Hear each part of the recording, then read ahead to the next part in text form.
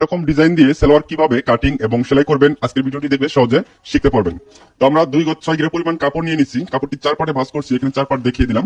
এখানে আটকানো অংশ, সামনের দিকে খোলা অংশ ঠিক এইভাবে রাখার পর এই পাশের খোলা অংশের এখানে একটি মার্জিন করে নিব। এই মার্জিন থেকে 2 ইঞ্চি নিচে রাবার ভাঙার জন্য আরেকটি মার্জিন করব। এরপর আমাদের এই নিচের মার্জিন থেকে সালোয়ারটি লম্বার মাপ নিতে হবে। যার যতটা প্রয়োজন নেবেন। এখানে আমি 37 ইঞ্চি লম্বা নিয়ে একটি মার্জিন করে নিচ্ছি। এরপর নিচের ডিজাইন এবং নিচে ভাঙার জন্য আরো 3 ইঞ্চি বাটি কাপড় নিতেছি। নিচের ভাঙাটা প্যান কাট সালোয়ারের মতো চড়া করে দিব। এরপর 34 ইঞ্চি বডি অনুযায়ী নিচের দাগ থেকে আমরা হাই 13.5 ইঞ্চি পরিমাণ নিব। এই হাইটা বডি অনুযায়ী নিতে হয়। এরপর এখানে 4 পার্ট করার পর 16.5 ইঞ্চি ঘের থাকবে। এটা বডি অনুযায়ী নিতে হয়। বডি 4 এর এক ভাগ নেওয়ার পর 6 ইঞ্চি পরিমাণ লুজ দিতে হবে। এরপর 1.5 ইঞ্চি রাউন্ড শেপ করতে হবে। এইভাবে লম্বা করে একটি মার্জিন করে 1.5 ইঞ্চি পরিমাণ এইভাবে সুন্দর একটা রাউন্ড শেপ করব। এরপর সেলার মুখের এখানে নিব 6.5 ইঞ্চি। এরপর 1.5 ইঞ্চি কাপড় বাড়তি নিব। সাধারণ সেলারের থেকে এখানে 1.5 ইঞ্চি কাপড় বাড়তি নেবেন সাইডে। এরপর এরকম একটি শেপ কাট দিয়ে পাশাপাশি দুইটা মার্জিন করে নিতে হবে। যারা একেবারে নতুন অবশ্যই চেষ্টা করবেন। আপনারা চেষ্টা করবেন তাহলে দেখবেন যে ধীরে ধীরে কাজগুলো খুব সহজভাবে করতে পারতেছেন। আপনার নিয়ম